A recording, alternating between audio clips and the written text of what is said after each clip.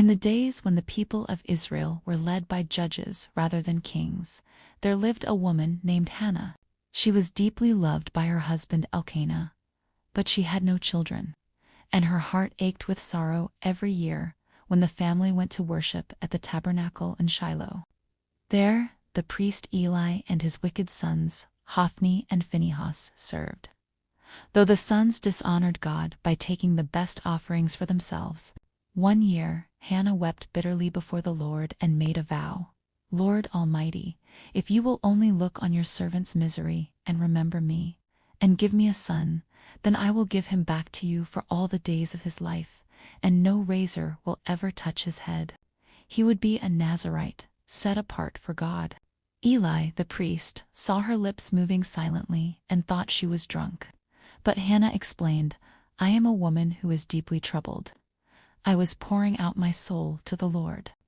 Eli blessed her. Go in peace, and may the God of Israel grant you what you have asked of him. God remembered Hannah. She gave birth to a son and named him Samuel, which means heard by God. When the boy was weaned, Hannah kept her promise. She brought young Samuel to the tabernacle and said to Eli, I prayed for this child, and the Lord has granted me what I asked of him. So now I give him to the Lord. For his whole life he will be given over to the Lord. And there, in the house of the Lord at Shiloh, little Samuel ministered before the Lord under Eli the priest, wearing a linen ephod like a tiny priest. In those days the word of the Lord was rare. Visions were not widespread. One night, as Eli was sleeping and the lamp of God had not yet gone out, Samuel was lying down in the house of the Lord near the Ark of the Covenant. Suddenly, a voice called, Samuel. The boy jumped up and ran to Eli. Here I am.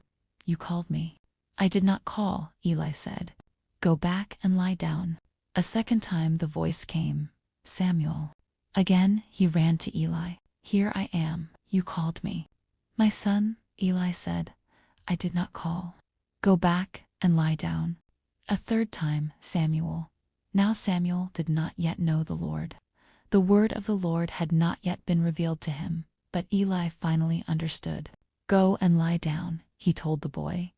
And if he calls you again, say, Speak, Lord, for your servant is listening. So Samuel went and lay down. The Lord came and stood there, calling as before, Samuel. Samuel, and Samuel answered, Speak, for your servant is listening. Then the Lord told Samuel that he would judge the house of Eli because of the sins of his sons. Sins Eli had known about, but failed to restrain. When morning came, Samuel was afraid to tell Eli the vision, but Eli insisted.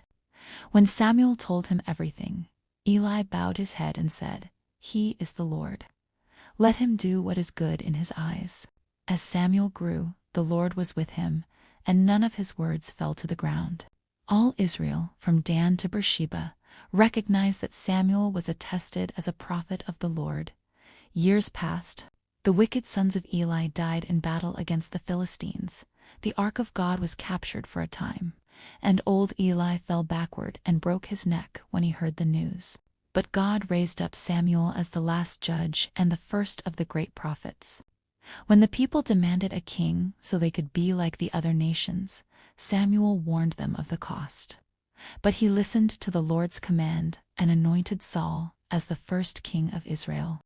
Later, when Saul disobeyed God, Samuel was sent with a heavy heart to tell him the kingdom would be torn away. Finally, under God's direction, Samuel went to Bethlehem and anointed a young shepherd boy named David, the one after God's own heart, who would one day be king. And all his life, Samuel served as priest, prophet, and judge.